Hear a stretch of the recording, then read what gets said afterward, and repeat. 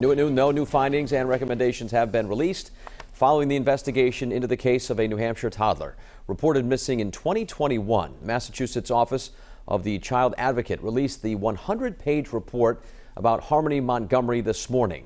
Alexandra Leslie joining us now. Alex, officials in Massachusetts also just held a news conference a short time ago.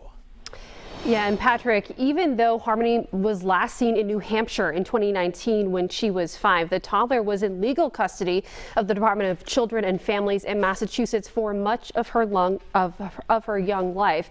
In February 2019, her father, Adam Montgomery, who lived in New Hampshire, was then awarded custody. Now, officials said the heart of their analysis of this legal case was that Harmony's safety was not placed at the center of the legal proceedings, and quote, Harmony's individual needs, well-being, and safety were not prioritized or considered on an equal footing with the assertion of her parents' rights to care for her. The OCA says because of this lack of focus, it resulted in a miscalculation to the risks to Harmony when she was placed in her father's care. Now, prior to that, DCF received allegations of neglect against Harmony's mother, who was also struggling with substance abuse. This resulted in Harmony going in and out of foster care for the first few years of her life. Now, Adam Montgomery was incarcerated at the time of Harmony's birth and didn't meet her until 2015 in a supervised prison visit when she was only 6 months old.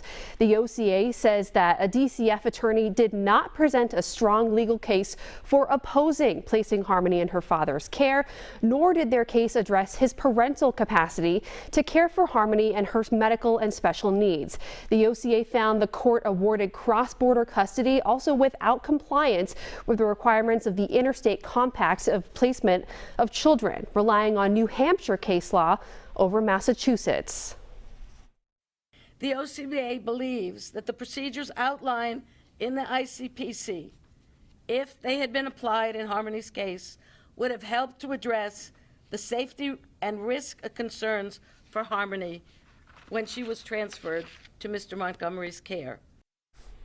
Now, the OCA's first of several recommendations include DCF creating a comprehensive plan to ensure that both parents are adequately assessed and they also receive support and access to needed services. As we've reported, Adam Montgomery now faces several charges in connection with Harmony's disappearance. Live in studio, Alexandra Leslie, 12 News.